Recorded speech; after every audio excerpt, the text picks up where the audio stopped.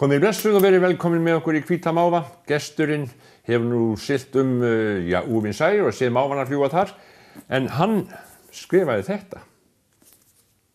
Arnar Már Arngrímsson heitir maður á bestu aldri, kennari og rithöfundur. Og við ætlum að spjalla þetta og margt fleira, sjómennsku og kennslu og hvað sem eftir augnablik.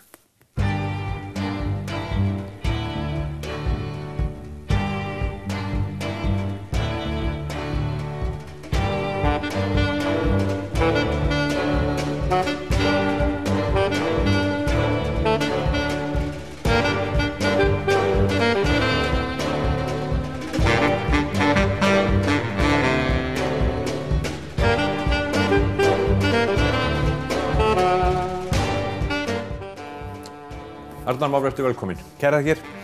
Ég kynnti bókina. Já. Til hamingju. Kærar þakkir.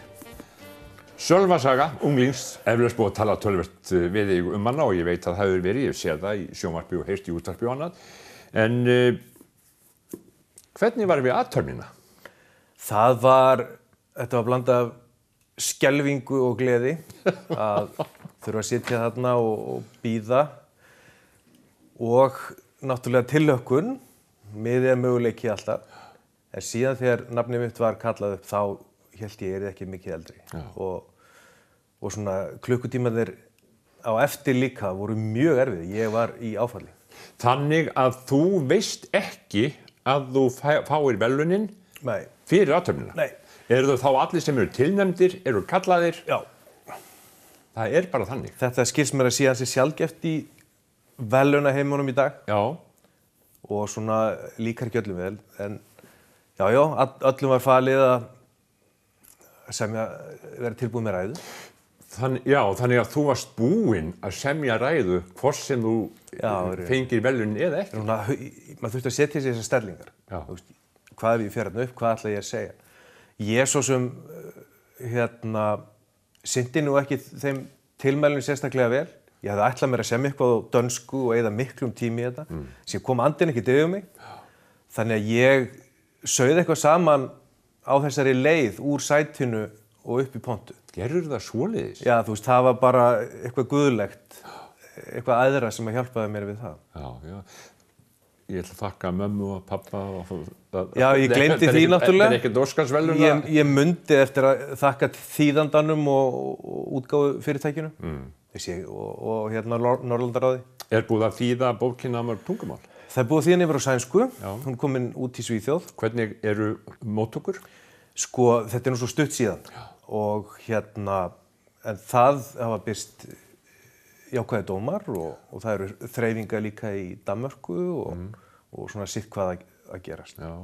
En sko, einmitt þetta að vera að bíða, Norðurlandaráð, hátíðlegt, mikið í húfi, hver satt hjá þér og með þér? Sko þetta var nú hálf tilvíðanlega kennt allt saman að maður fekk nú bara úthlutað einhvers staðar sæti nálægt sviðinu með hinum tilnefndu. Já. Og líka því að maður fekk ekkert að vita fyrirfram, þá var maður ekki að taka með fjölskyldu og vini og þannig. Þannig að til dæmis útgefandi minn var ekki með eða neitt þannig, en ég var alltaf í slagtogi með Ragnhildi sem var líka tilnefnd fyrir sína bók Koparborgina. Já. Og fullt af öðrum Íslendingum, það alltaf voru menn tilnefndi fyrir kvikmyndir og umhverfisverðlaun og tónlist og fleira, en það var fullt af Íslendingum á staðnum. Hver borgaði farið? Norðurlandaráð. Nú það? Já. Þú ekkert að borga sjálfur? Nei, þeir hugsa vel hann, skandinavarnir. Já, það? Já. Fékkstu gott hótel og allt það? Allt. Hvað stoppaði svo lengi í allt?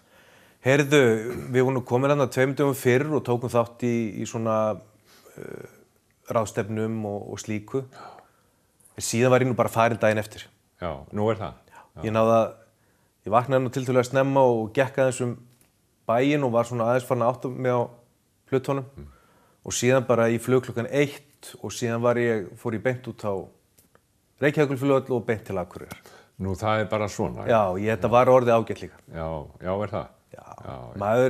Maður nú bara svona sveita strákur sem þolir ekkert mikið sviðslu. En varstu búinn búin að kynna þá bókina, lesa upp úr henni meðan þú varst úti eða? Já, það var þarna, já, það var ein svona samkoma þar sem að við öll sem voru tilnefnd í þessum flokki lásum upp og síðan var það túlkað og mjög gaman. En svo eftir, búið að afhenda, athöfnin lokið, hvað gerir svo? Sko, þá tók við dálítið súrrealískur klukkutími, getum við sagt. Þar sem að við vorum flutt í lift upp á næstu hæð, þar sem að kóngafólkið hitt okkur og forsætisráðherrar Norðurlandanna. Og síðan tókum við allmörg sjónvars- og útvarpsviðtöl. Þannig að það var svona, já, ansi mikið af því góða, sko. Á hvaða tungumáli talaðu? Ég hef nú verið að tala aðalega ensku við svona tækifæri. Ég hef nú aldrei búið í Skandinavíu, þó ég sé nú læs á tungumál. Þannig að ég svona být í það súra epli. Já. En sagan sjálf sem slík, sko, er þetta einhver saga sem þú þekkir eða er þetta alveg skáldað bara? Ég veit ekki hvort að einhvern tímann er eitthvað sem er alveg skáldað. En maður stelur svipmyndum og litlum sögum og augnablikum og síður saman í eitthvað nýtt. Þannig að sko að einhver sem les þetta gæti hann átta sig á að hann hafi einhver tíma kannski jafnvel tekið þátt í einhverju sem þú skrifaði? Það er alveg hugsanlegt að þó að sé ekki beinar fyrirmyndir þá er þarna eitt og annað sem að hefur gerst með einhverjum hætti. Já, nú hef ég ekki lesið hana. Nei. Því miður. Þetta er ekki bókakynning, sko, veist það. En hvar gerist hún? Sko, hún gerist, upphaf sögunar er í Garðabænum að sumri til, þar sem að Sölvi var að ljúka grunnskólanámi. Og síðan í rauninni færa það fregnir frá foreldrum sínum að hann hefði verið að vera sendur í sveit austur til ömmu sinnar. Og það er svona frekar óræður staður. En það sem er alltaf gaman að ég hef hitt fjölda fólk sem að þekkir þennan bæ og hefur búið þarna og hann sem sagt finnst í öllum fjórðungum. Já. Og eins herbergjaskip hann er mjög svipuð því sem að mjög margir þekkja. Já. Þannig að, en þetta er kannski ekkert langt frá Vopnafirði eða einhver staðar. Já. Áttu einhverja tengingu þangað? Já, reyndar var amma mín svona af því svæði og Langanesi held ég. En sko, af hverju þetta skrifa unglingabók sem að ég veit að er kannski jafnvel meira fyrir fullorðna? Já, sko, ég hef nú skrifað lengi, smásögur ljóð. Já, þú hefur gert það? Já, og svona fæst af því hef ég birt. Það var bara tilviljun, það leitaði svo sterkt á mig, þessi rödd, þessi strákur. Og þetta er það síðasta sem ég hefði giskað á að væri mér fyrsta bók. Það væri bók allavega ungling. En hins vegar náttúrulega leyfi ég mér að fara inn á ansi fjölbreyttar brautir í bókinni. Þarna er tölvöld að rýmið kveðskap og sögum. Þannig að hún sko, það er ansi margar bókmenntagreinar sem að detta þarna inn. Já. En sem sagt, þú ert búin að skrifa, segir mikið, semja ljóð og annað, þannig að það var einhver svona uggur í þér að fara að skrifa heila bók. Sko, ég var að viðurkenna, ég hélt ég hefði það ekki í mér að skrifa stærra verk með fullt af persónum, söguþræði, spennu, umhverfislýsingum og því. En síðan áttaði ég mig á því að allt snýst þetta að setja tíma í verk. Að þó að ég hafi ekki kunnað allt þegar ég byrjaði, þá bara var það tíminn sem að studdi við. Já, og lesi sjálfur mikið gegnum tíðina? Já. Þú ert lestrarhestur? Já, ég hef alltaf til lesið, sko, alltaf verið með bækur til að glugga í. Ég held að það er nú örugglega fólk sem að les meira. Ég les ekkert sérstaklega hratt og les ekkert svo sem hvað sem er. Gríp aðskiljanlegustu hluti. Já. Hvaðan ertu? Heyrðu, ég er nú fæddur og uppalinn á Akureyri, aðalega á Brekkunni. Og þarna voru á tímabili Tjarnarlundur og Furulundur og Vanabyggð og Jörfabyggð og síðan hef ég flækst áfram með brekkuna í Austurbyggð og Álfabyggð og síðan ég komin í Naustahverfi núna. Já, já. Síðan eftir, já, strax eftir 20 þá fór ég út og var í Þýskalandi 1 ár, síðan tók við dvöl í Reykjavík, aftur til Þýskalands. En síðan 2005 þá kem ég aftur til Akureyrar. Já, hvað ertu það búin að læra? Þá ég búinn að vera í íslenskum fræðum og þýsku, ná mér í kennararéttindi, vinna töluvert mikið við þýðingar og eitt og annað. Já, já. Og það var mjög góður skóli. Já, já, já. Já. Að ég held að það hefði verið einhver besti undirbúningur sem maður getur hugsað sér í texta vinnu. En sko, íslenskar bókmenntir og þýska, stemdur þú þá að því að verða kennari? Nei, en mér fannst svo tilhugsun ekkert galin. Ég verði að viðurkenna að mér fannst mjög erfitt að byrja að kenna og ég held að fyrir marga sé það ansi mikið sjokk. Að það er svo langur vegur milli námsins og veruleikans. Já. Og það tekur langan tíma og kannski verður þetta aldrei hversdagslegt að fara inn í bekk með 25 manns og stýra og performera og og svona vera meðvitaður allt sem í gangi. Hugsa tilbaka, ég var í svona bekk, eins og segir, ekki?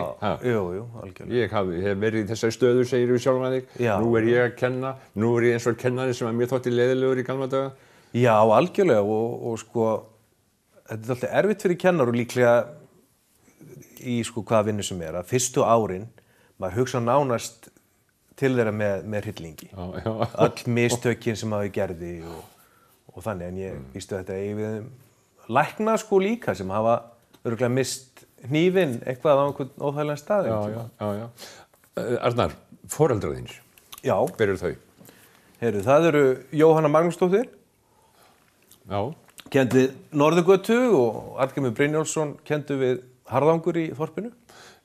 Skipstjóri og stýrimaður? Já. Hefur þú þá ekki verið á sjó? Jú, ég álpaðist á sjó fyrst 17-18 ára gamall og það var ansi stórt stökk en gríðarlega hollt.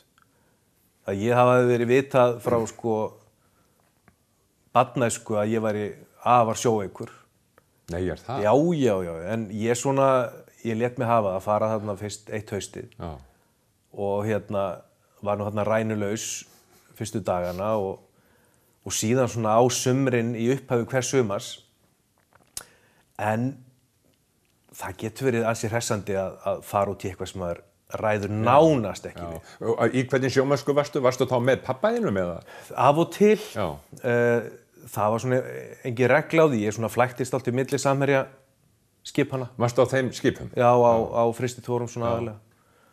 Og þetta voru fín sömur. Ég man ekki hvort það voru 7-8 sömur sem ég var á sjó. Haft upp úr þér eitthvað? Já, þetta var úr geysilega góða tekjur og góð vinna.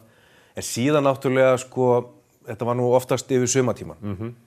Tvisvar fór ég á sjó að vetri til. Og þá sá ég að þetta væri bara fyrir alvöru fólk. Að það var eins og svart og hvítt. Er það?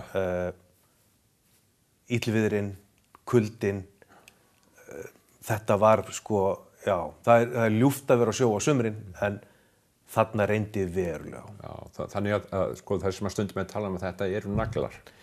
Já, algjörlega. Algjörlega. Já. Hvernig fannst þér að vera á sjó með pabba þínum? Sko, ég held ég að maður sá nú voðalega lítið á honum. Þetta var náttúrulega mjög reglubundin verksmiðju vinna, þar sem maður vann á 6 tíma vöktum við færibönd oftast og kallið þá upp í brú. Já, í ilnum þar? Já. Þannig að maður sá voðalega lítið á honum. Já. Þú segist að fara til útlanda. Já.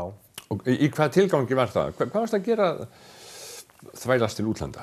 Sko, ég var nú á málabrauti í menntaskólanum og hafði mikinn og hef mikinn áhuga á tungumál. Og mjög snemma þá fór að kræla á sér þessi hugmyndum að fara annarkvort til Þýskalands eða Frakklands og læra betur þau tungumál. Já, já. Og það var tilviljun að Þýskaland var fyrir valinu. En það var bara markmið að læra þýsku. Já. Og samtals bjó ég í 3 ár í Þýskalandi. Já. Fyrst í Heidelberg og síðan nokkrum árum síðar í Köln. Já, já, þetta eru fallegi staðir. Já, og það var gott að vera þarna og ég held mikið upp á Þýskaland og Frakkland hefur svona, já, það býður ennþá. Já. En ég fekk tækifæri síðar til þess að búa 2 ár á Spáni, í Madrid. Nú? Þannig að... Og tilgangurinn, hver var það? Þá var ég að fylgja fyrirverandi eiginkonu minni sem var að vinna þar. Já. Og fórum með börnin sem fóru bara í spænska skóla og þarna byrjaði maður algjörlega á nulli, þar sem að enginn í Madrid sem ég hitti talaði stakt orðið á ensku. Þú hefur ekki hitt Kristinn R. Ólafsson? Jú, það var fyrsti maður sem ég hafði samband við. Nei, er það? Og bað hann að gefa mér góð ráð eitt og annar, hvert þetta fara og hvert þetta gera og hann tók mér mjög vel.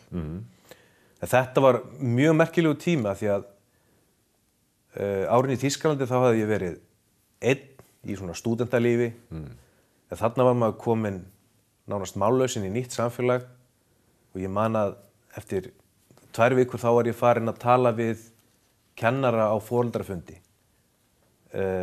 ástand barnanna eða hvernig sem það var á minni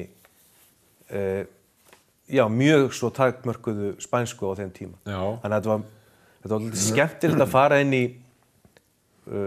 í samfélag sem maður vissi lítið þurfa að bjarga sér og vera líka svona orðin, frekar fullorðin og til í að lenda í svona ævintýru. Já. En sko, strákur frá Íslandi, frá Akureyri, verið á sjónum og allt hvaðina, ferð og býrð í Madrid og þú sást ekki sjóinn. Fannstu fyrir því? Það er mjög sérstakt, það er alveg satt. Að vera 500-600 kílómetra frá hafi, hvað sem verð. Hins vegar svona það sem var líkt náttúrulega, það er tölvöld fjalllendi og kaldir vetur en var svona stabíl loftslag, þannig að ég held að við nú allar ringt þarna í 2 vetur. Hei, fótbolti? Já, eitthvað. Maður fór þarna á völlinn á atletíku. Já, hefur áhuga á íþróttum? Já, ég hef mjög gaman íþróttum, sérstaklega að stunda þér og var nú tölvöld í fótbolta og handbolta, skíðum og slíku. Ertu enn í þessu? Ég er að dútla í hinu og þessu í körfubolta og reyna að skreppa eitthvað í ræktina. Ertu í svona eins og okkur bumbubolta? Ég er eiginlega orðinn of skakkur fyrir slíka iðju en mér finnst það ennþá alveg óskaplega skemmtilegt. Já. Fjölskylda þín? Já, ég er að ala upp eða 2 unglingar er að reyna að ala mig upp. Unnur sem er að byrja í menntaskólanum, 16 ára og Grímur sem er 13 í Brekkskóla. Þannig að það er fjölskylda mín. Þannig að búa þau hjá þér? Já, þetta er svona modern skipting einhver. Þetta er nútíminn? Já, þetta er nútíminn, vika og vika eða eftir hendinni. Já, mann dettur í hug, sko, nú náttúrulega áttu unglinga. Þú skrifar svokallaða unglingabók eða unglinga. Já. Er þeir mjög umhugað unglinga? Já, en allir þetta sé ekki eins og með, sko, múraran sem er með allt í volli heima hjá sér, sko. Og eða rafvirkjar sem að skiptir ekki ljósaperur. Að ég er örugglega ekki að praktisera neitt af því sem ég predika, sko, heima hjá mér. En hins vegar, sko, hef ég þetta mjög í huga í svona þessu samtali við þau og ég held ég hafi ágætis innsýn inn í það sem þau eru að glíma við. Já. Og þó að þessi get haldið mér einhverju djúpir og langir fjölskyldufundir hlutina. Þetta svona, ég til dæmis eins og sumir halda að ég sé sko algjörlega á móti allir í tækni og interneti og slíku, sko. En ég svona í grunninn á þeirri skoðun að menn eigi sjálfur að fá að reka sig aðeins á veggi og finna sig. Sko, nú ert þú maður að besta aldri. Ert farið að kenna unglingum. Unglingur náttúrulega sjálfur eins og náttúrulega allir. Sko, finnurðu mun, eru þínir unglingar, eru unglingarnir sem þú ert að vinna með, eru þau öðruvísi að þér finnst en þú varst sjálfur? Já, ég get ekki neitað því að, sko, ég býst við að þegar maður er fæddur, sko, 72, að, sko, þá hvað eru 6 ár liðin frá því að sjónvarp kom. Við erum með eina útvarpsstöð. Það koma, 3 útlendingar, ferðamenn til Íslands á ári. Sko við erum á þessum árum ekki búin að gangi í gegnum þessa kannski fjölmiðlabyltingu eins og í öðrum löndum. Þessi búin að vera mikil afþreying frá kannski 1930-40. Hvað 86 kemur stöð 2 og svona. Það verða einhverja breytingar. Þannig að það sem var svo miðlægt í okkar menningu á þessum árum þegar ég er ennþá bókin og sagan og svona afþreyingin svona að birtast. Já. En hún tekur ekki völdin fyrir en og eftir aldamót. Já. Þannig að mér finnst minn reynsluheimur vera gjör ólíkur því sem að er hjá krökkum í dag. Já. Finnst þér tíminn líða hratt? Það er góð spurning. Hann líður nú ekki hratt því ég er að reyna að byrja að vinna á morgnana og koma í gang. Og og maður skrifar fyrst eitt staf og síðan eitt orð og bætir einhverjum við. En jú, vissulega er þetta skynja maður tímann ekki eins og ég er áður fyrir. Nei. Ég veit ekki hvort það er óhjákvæmilegt. Sko, nú tókstu þér frí úr kennslu til þess að, bara halda utan það sem þú ert að gera. Já. Þessa bók. Og þú ætlar að taka þér meira frí eftir því sem ég best veit og þú ætlar að halda fram að skrifa. Þannig að það er ekkert bara, eins og þau segja, one hit wonder eða neist þess áttar. Nei, mitt. Og hvað er þetta að skrifa? Ég er að skrifa framhald af sögunni, þó að hafi aldrei staðið til. Af því að hún ég sá bara fyrir mér að hún endaði eins og hún endaði. En síðan svona þegar ég fór að opna tölvuna aftur eftir hún kom út, að þá vildi ég greinilega skrifa eitthvað meira þennan strák. Já. Og náttúrulega hann er á þessari leið til þroska sem er þyrnum stráð. En einhvern veginn hlýtur leiðin alltaf að liggja í gegnum Akureyri og Eyjafjörð. Þannig að hann flytur þangað og fer í skóla. Já, þannig að þú ert að skrifa núna? Ég er að skrifa núna, já. Og þú leitur klukkuna, þú þetta að fara með koma börnunum í skólan og svona? Já, þú þarft að fara að fætur? Já, algjörlega. Sestu svo bara niður við tölvuna? Já. Og byrjar eða reynir að byrja að skrifa? Já, í rauninni gengur það vel. Er það? Að það, ég hafði þann sið með fyrir bókina að skrifa alltaf það sem mér var efst í huga. Er það þá eitthvað sem að þú hugsar þegar þú fer að sofa? Oft á tíðum. Þá ertu að hugsa þetta líka. Er þetta alltaf í höfðinu? Já.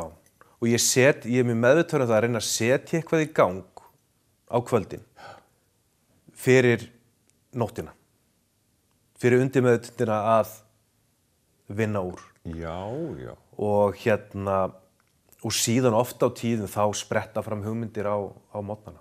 En maður segir við sjálfan sig, þegar maður hefur nú aldrei setið við svona tölvu og skrifað einhvern svona mikinn texta, sko, leiðréttirðu mikið, breytirðu miklu?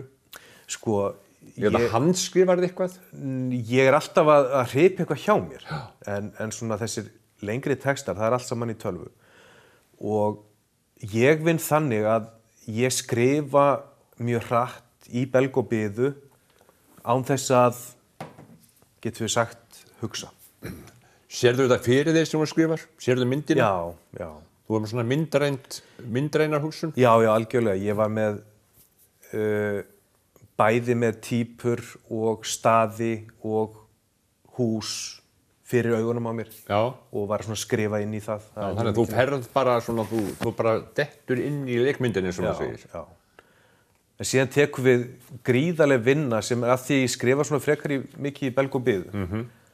Að síðan eftir á tekum við mikil svona verkfæraði vinna að raða hlutum saman. Er það mikið atriði að hafa tungumálið þá eðlilegt og létt og svona frjálst eða hvað, er þetta dálítið bókmenntalegt eða hvernig viltu hafa þetta? Sko ég reyni að vera trúr hverjum karakter, að hann hafi sína rödd sem að heyrist og er ólík öðrum röddum. Og þú sér þann fyrir þér, hvernig hann í laginu, hvernig hann lítur út, hann langur eða mjór. En það sem er alltaf merkilegt sko að í upphafi er hver persóna bara flöt teiknimyndafígúra sem maður sér ekki fyrir sér. Síðan verður hún til, smám saman. Og núna mitt bara fyrir örfáum dögum, þá fannst mér ein persóna sem ég hef verið að glíma við lengi og loksins verða til. Arnar Már, ertu þá bara kominn á þau vegamót að þú ætlar að verða rithöfundur? Ég held að þetta verði nú bara eins og hefur verið að maður er að vasast í mörgu sem tengist miðlun og skrifum og kennslu og slíku. Og ég held að þannig verði það áfram. Að ég veit ekki hvort að ég þurfi á því að halda að hafa 24 tíma á dag til að skrifa. Ég held að það hefur sýnt sig, ég hef verið töluvert á ferðalögum síðasta árið. Mér finnst það gera mér mjög gott að hitta fólk, þannig fæðast hugmyndir og sögur. Þannig að ég sé fyrir mér að vera áfram eitthvað í kennslu og miðlun og vonandi held ég þessu áfram með einhverju móti. Þér þykir þetta gaman? Þetta er ótrúlega skemmtilegt. Arnar, Sölvasaga unglings. Það er meira sem áttur að koma. Hvenær kemur nýja bókin þá, eða næsta bók? Ég ætla ekki að lofa neinu, en sko vonandi á næsta ári ef við sjáum hvað setur. Við sjáum hvað setur. Það er engin undankomin leið. Takk að mynda fyrir rithöfundunum. Svona. Já. Þú bráðum myndalegur. Kæra ekki verið mig. Takk fyrir. Takk hérlega.